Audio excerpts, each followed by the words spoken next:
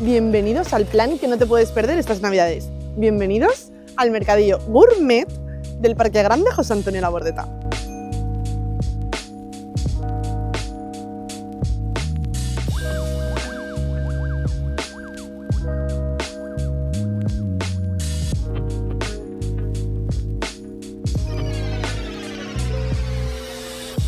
Se acabó el viajar por Europa para ver mercadillos navideños y es que ahora, gracias al Ayuntamiento de Zaragoza, tenemos nuestro propio mercadillo en casa.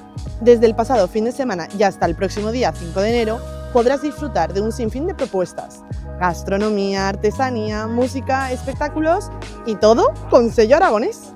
En gastronomía da igual si eres de dulce o de salado, porque es que hay de todo y siempre lo podrás acompañar con un vinito de denominación de origen.